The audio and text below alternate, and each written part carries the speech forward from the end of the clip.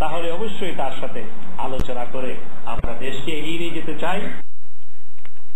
রাজধানীর মিরপুরে বেতন ভাতার দাবিতে বিক্ষুব্ধ শ্রমিকদের সঙ্গে পুলিশের সংঘর্ষ হয়েছে। এতে কমপক্ষে 5 শ্রমিক আহত হয়।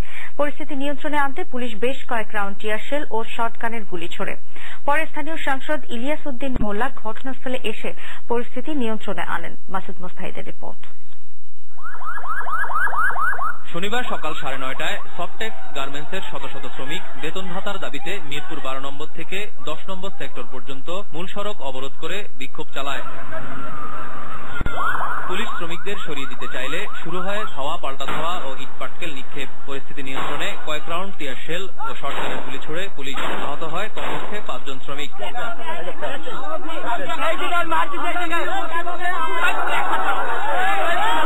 কোনো গাড়ি গুড়া কোনো কিছু ভাঙি না, রুটও ব্লক করি নাই, কোনো কিছু করে নাই। আমাদের 4 থেকে 5 জন এখন হসপিটালে আছে। শ্রমিকদের ইটের আঘাতে কয়েকজন পুলিশ সদস্য আহত হওয়ার কথা জানান পল্লবী জোনের সহকারী পুলিশ কমিশনার। আমাদের পদক্ষেপ হচ্ছে আইন শৃঙ্খলার অবনতি হলে রাস্তাঘাট বন্ধ করলে আমরা সেটা সচল এবং স্বাভাবিক রাখার চেষ্টা করব। আমরাও ইনজুর্ড হয়েছে, আমরা মিনিমাম ফোর্স ইউজ করেছি। পরে স্থানীয় সাংসদ ঘটনাস্থলে মালিক পক্ষের সাথে টেলিফোনে কথা বলে শ্রমিকদের শান্ত করেন। আপনাদের বেতন 3 মাস 13 দিনের এবং বকেয়া যদি থাকে সহ আপনাদের সমস্ত টাকা 20 তারিখের মধ্যে কমপ্লিট করে দিবে।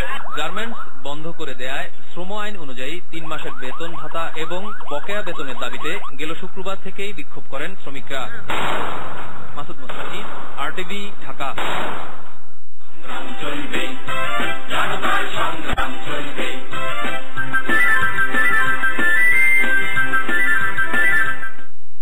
অগ্নিঝরা মার্চ প্রসঙ্গ। 71-এর 9 মার্চ ঘরে ঘরে উঠছিল বাংলাদেশের মানচিত্র খচিত লাল সবুজের পতাকা। এদিন বঙ্গবন্ধুর ঘোষিত কর্মসূচি অনুযায়ী সারা দেশে হরতাল পালিত হয়। অন্যদিকে পল্টন ময়দান থেকে প্রেসিডেন্ট ইয়াহিয়ার উদ্দেশ্যে 25শে মার্চের মধ্যে বাঙালিকে স্বাধীনতা দানের আলটিমেটাম দেন মাওলানা আব্দুল হামিদ খান ভাসানী। 71-এর অগ্নিঝরা এই দিনটি সম্পর্কে আরও জানাচ্ছেন নুসরাত জাহান সিন্ধি।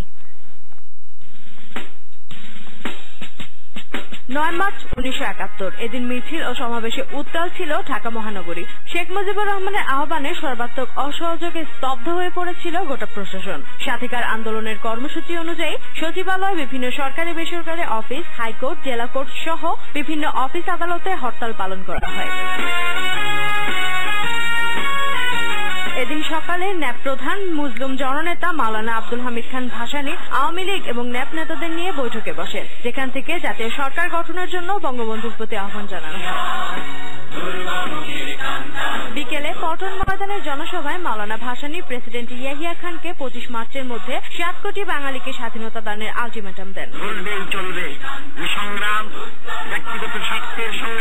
অন্যদিকে জাতিসংঘের মহাসচিব উথান্ট এবং জাপানের পররাষ্ট্র দপ্তরও ঢাকা থেকে তাদের স্টাফ এবং তাদের পরিবারের সদস্যদের প্রত্যাহার করে নেওয়ার সিদ্ধান্ত নেয়। এদিকে ইসলামাবাদে সরকারিভাবে ঘোষণা করা হয় আগামী কয়েকদিনের মধ্যে প্রেসিডেন্ট ইয়াহিয়া ঢাকায় আসবেন। অন্যদিকে রাজশাহী শহরে প্রতিদিন রাত 9টা থেকে 8 ঘন্টার কারফিউ জারি করে সামরিক কর্তৃপক্ষ।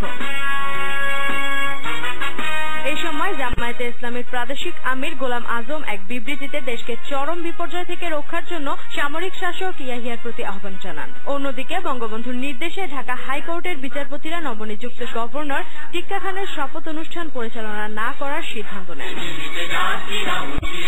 নুসরাত জাহান সিন্ধি, আরটিভি। জাকজমক অনুষ্ঠানের মধ্য দিয়ে আরটিভির আয়োজনে রাজধানীর তেজগাঁওয়ের বেঙ্গল মাল্টিমিডিয়া স্টুডিওতে হল পন্স আলোকিত নারী 2014। বিভিন্ন ক্ষেত্রে অবদান রাখার জন্য 9 বিশিষ্ট নারীকে সম্মাননা দেওয়া হয়। অনুষ্ঠানে মহিলা ও শিশু বিষয়ক প্রতিমন্ত্রী মেহের আফরোজ চুমকি নির্যাতিত নারীদের পাশে থাকার অঙ্গীকার করলেন। আতিকা রহমানের আরও একটি রিপোর্ট। বিশ্বে যা কিছু মহান সৃষ্টি চিরকল্যাণকর, অর্ধেক তার করিয়াছে নারী, অর্ধেক তার নর। আধুনিক বিশ্ব গড়তে পুরুষের পাশাপাশি নারীদেরও রয়েছে সমান অবদান। এক সময়কার অবরোধবাসিনী নারীরা যে বোঝা না হয়ে সম্পদ হতে পারে সেটা প্রমাণ করেছে বাংলাদেশের অনেক মহিয়সী নারী। সেই সব কৃত্রিমতী নারীদের সম্মাননা জানাতে আরটিভি আয়োজন করে পন্স আলোকিত নারী 2014। সমাজে নারীরা এখনো তার যোগ্যতার স্বীকৃতি পুরোপুরি পায় না। এখনো আমাদের সমাজ অনেক পশ্চাৎপদ, এখনো আমরা পিছিয়ে আছি। আরটিভি পন্স আলোকিত নারী 2014 আজকের এই আয়োজন করেছেন সেই দায়িত্ব এবং কর্তব্য থেকে। আরটিভির ভাইস চেয়ারম্যান বললেন, পুরুষের পাশাপাশি বাংলাদেশের নারীরাও নিজ প্রতিভায় সাফল্যের শিখরে পৌঁছেছেন। একটা সুন্দর সমাজ বিনির্মাণে পুরুষের পাশাপাশি নারীদের অংশগ্রহণ জরুরি। সমাজের এত সীমাবদ্ধতা প্রতিকূলতার মধ্যেও আমাদের অনেক মহিষী নারী আজ সমাজ ও রাষ্ট্রের উচ্চ আসনে অধিষ্ঠিত। তারা জ্ঞান, বিজ্ঞান, রাজনীতি, খেলাধুলা ও অন্যান্য ক্ষেত্রে বিশেষ অবদান রেখে চলেছেন। আর মহিলা ও শিশু বিষয়ক প্রতিমন্ত্রী মেহের আফরোজ চুমকি বললেন, দেশের উন্নতি করার অন্যতম শর্ত নারীদের অর্থনৈতিকভাবে স্বাবলম্বী করা। আমাদের ভয় নেই, আমাদের চলার পথ অব্যাহত থাকবে।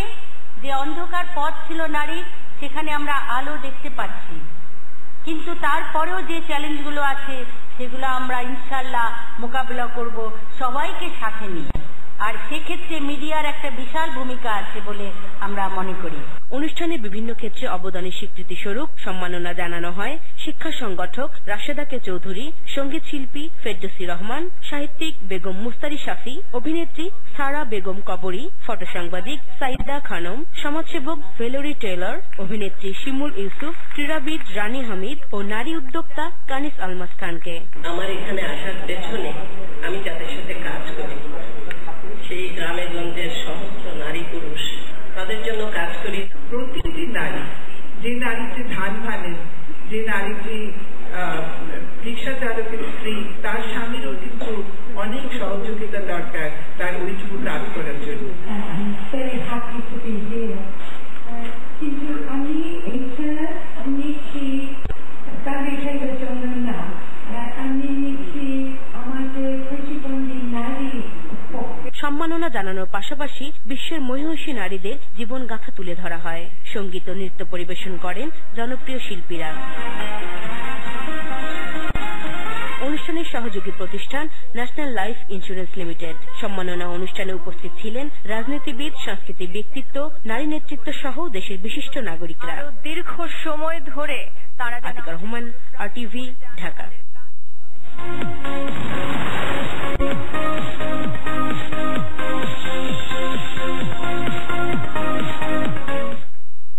এশিয়া কাপের খবর।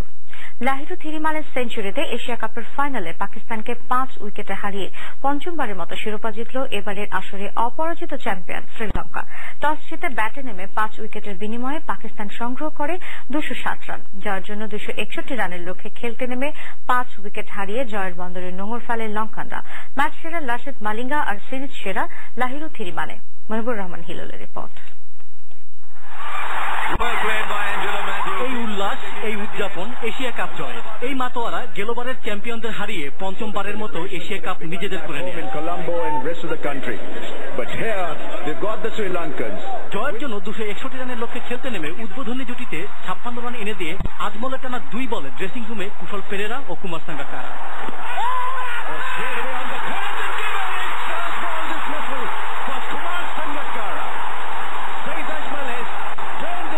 হ্যাটট্রিকের মুখোমুখি দাঁড়িয়েছিলেন সাইদ আজমল, কিন্তু লঙ্কানদের সতর্ক ব্যাটিংয়ে তা শেষ পর্যন্ত হয়ে ওঠেনি।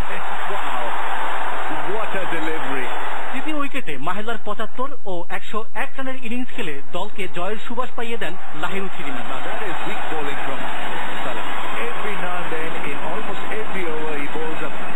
আর ষষ্ঠ উইকেটে 14 রান যোগ করে দলের জয় নিশ্চিত করেন অ্যাঞ্জেলো ম্যাথিউস ও শত্রুঙ্গ দি সিলভা।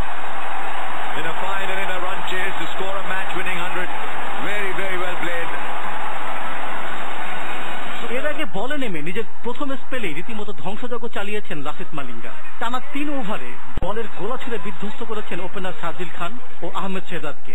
বাদ যায়নি টপ অর্ডারের মোহাম্মদ হাফিজ।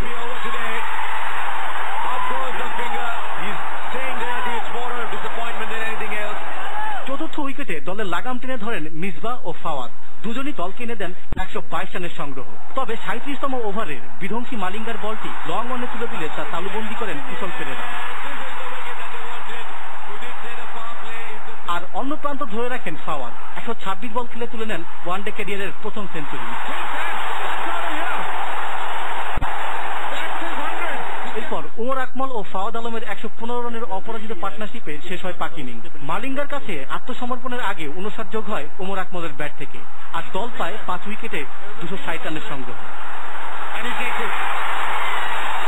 মুহিবুর রহমান হিল্লোল, RTV ঢাকা। অন্য কিছু নয়, দুর্বল বোলিং এর কারণে শ্রীলঙ্কার কাছে হেরে দ্বাদশ এশিয়া কাপ শিরোপা হাতছাড়া হয়েছে। আর দলীয় আরো 20 রান হলে ফলাফল অন্যরকম হতে পারত বলে মনে করেন পাকিস্তান অধিনায়ক মিসবাউল হক। এদিকে লাসিথ মালিঙ্গার বিধ্বংসী বোলিংই লঙ্কানদের জয়ের অন্যতম কারণ। সঙ্গে সতীর্থদের টিম কম্বিনেশনকেও জয়ের সহায়ক শক্তি বলে মনে করেন লঙ্কান অধিনায়ক অ্যাঞ্জেলো ম্যাথিউস। ম্যাচ পরবর্তী সংবাদ সম্মেলনে এমনটি জানালেন দুই দলের অধিনায়ক। Actually, they were just consuming his overs. They were not trying anything, just blocking. And that's why I just bring other bowlers. Maybe they just take chance and somebody else can just get wicket. But I think it was a bad day for all other bowlers and nobody can just really put pressure at that time. Mahela Javadan and Laidu Tirumana came into the party and rescued us. That partnership got us through, and we can't give the slightest hint for Pakistan because they are a very good unit, and we just had to hang in there and finish off the game. দর্শক, গেল সপ্তাহের উল্লেখযোগ্য ঘটনা নিয়ে আমাদের সাপ্তাহিক আয়োজন আলোচিত খবর জানাচ্ছেন জয়নাল আবেদিন। চিকিৎসার মতো মহৎ সেবায় নিয়োজিত ইন্টার্নি ডাক্তার এবং চতুর্থ শ্রেণীর কর্মচারীরা কেমন সেবা দিচ্ছেন তার নমুনা দেখানোর এমন অশুভ প্রতিযোগিতায় রোগীর সেবা বাদ দিয়ে রোগীদের জিম্মি করে জয় পরাজয়ের খেলার পণ্য বানিয়ে শনিবার ঢাকা ন্যাশনাল হাসপাতালের ডাক্তার আর চতুর্থ শ্রেণীর কর্মচারীদের সংঘর্ষের তোপের আঘাতে পিছু হটলেন আইন শৃঙ্খলা রক্ষাকারী বাহিনীর সদস্যরা। সাভারে মৃত ব্যক্তির জানাজার সময় মরহুমের ছেলেকে গ্রেফতারের চেষ্টা করলে খেপে যান স্থানীয়দের আক্রমণে আহত হয়ে নিরাপদ আশ্রয় নেন আইন শৃঙ্খলা রক্ষাকারী বাহিনীর আশ্রয় থেকে সন্ত্রাসীদের সঙ্গে বন্দুক যুদ্ধে মারা গেল রাজধানীর কদমতলীর এই জলজ্যান্ত দুজন মানুষের এমন ক্ষোভ বিদ্যুতের দাম বাড়ানোর জন্য সরকারি উদ্যোগের প্রতিবাদের আরেক ধরন। যুবকদের চোখের এই জল বয়ে এনেছে বাংলাদেশ ক্রিকেট দলের জিততে জিততে পাকিস্তানের সঙ্গে হেরে যাওয়ার পরাজয়ের এই গ্লানির গল্পে চোখের জল ধরে রাখতে পারেনি এদেশের ক্রিকেট অনুরাগীরা।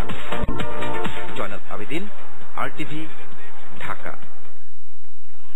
এবার সোশ্যাল ইসলামী ব্যাংক লিমিটেড সংবাদ বিরতি। যখন ফিরছি তখন অন্যান্য সংবাদের সঙ্গে থাকছে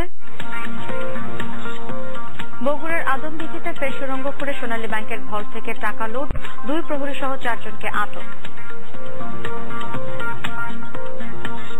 এবং 239 আরোহী নিয়ে মালয়েশিয়া থেকে চীনগামী বিমানের হদিস মেলেনি এখনো। দক্ষিণ চীন সাগরে চলছে উদ্ধার অভিযান।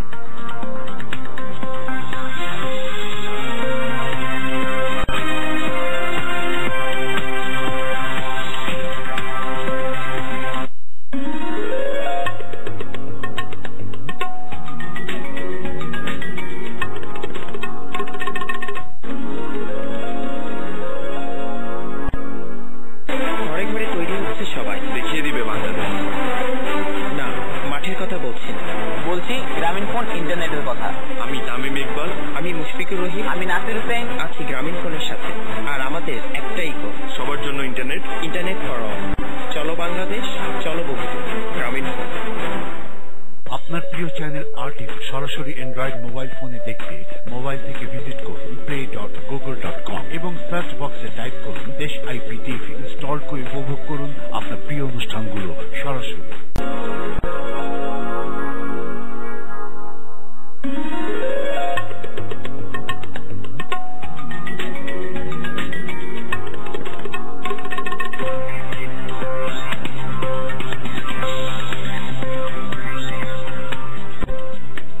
মধ্যরাতের সংবাদ দেখছেন RTVতে। আপনাদের সঙ্গে আছি আমি মাহমুদা মলি। নারীর এগিয়ে চলার উপর নির্ভর করে সমাজের পরিবর্তন। শনিবার সকালে রাজারবাগ পুলিশ মিলনায়তনে বাংলাদেশ পুলিশ নারী কল্যাণ সমিতি পুনাক এর বার্ষিক সমাবেশে এই মন্তব্য করেন স্পিকার ড শিরিন শারমিন চৌধুরী। এ সময় সমাজের নানা ক্ষেত্রে নারীদের সাহসী ভূমিকারও প্রশংসা করেন তিনি। এর আগে রাজারবাগে পুলিশ প্যারেড গ্রাউন্ডে সফলতার জন্য পুলিশ সদস্যদের পুরস্কার প্রদান করেন পুলিশের মহাপরিদর্শক হাসান মাহমুদ খন্দকার। পরে তিনি গণতন্ত্রের অগ্রযাত্রায় পুলিশের আত্মত্যাগের প্রশংসা করে রাজনৈতিক অস্থিরতা